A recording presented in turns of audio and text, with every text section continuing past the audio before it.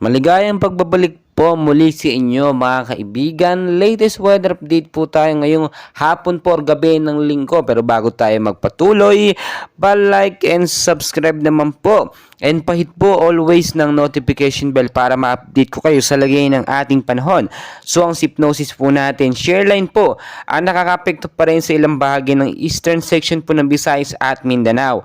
Northeast monsoon naman, no, sa ilang bahagi ng Luzon at ng Visayas, no. Pero meron po tayong binabantayan dito na dalawang active LPA. Ito na nga po ba ang magiging unang bagyo ngayong buwan po ng January. Dito po sa may bandang timog, no, sa medyo baba po ng ating par, at dito naman sa may bandang kaliwa, no, sa may bandang kanluran po sa may baba din ng Philippine Area of Responsibility. And as of now, nasa 30 to 45 kilometers per hour ng lakas ng dalawang active LPA na ito. At posibleng maging isang ganap na bagyo kung ito'y lumakas pa from 45 to 55 kilometers per hour.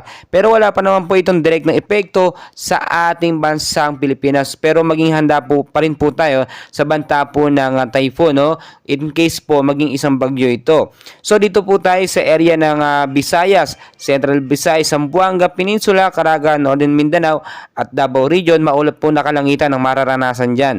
Dala po yan ng shareline.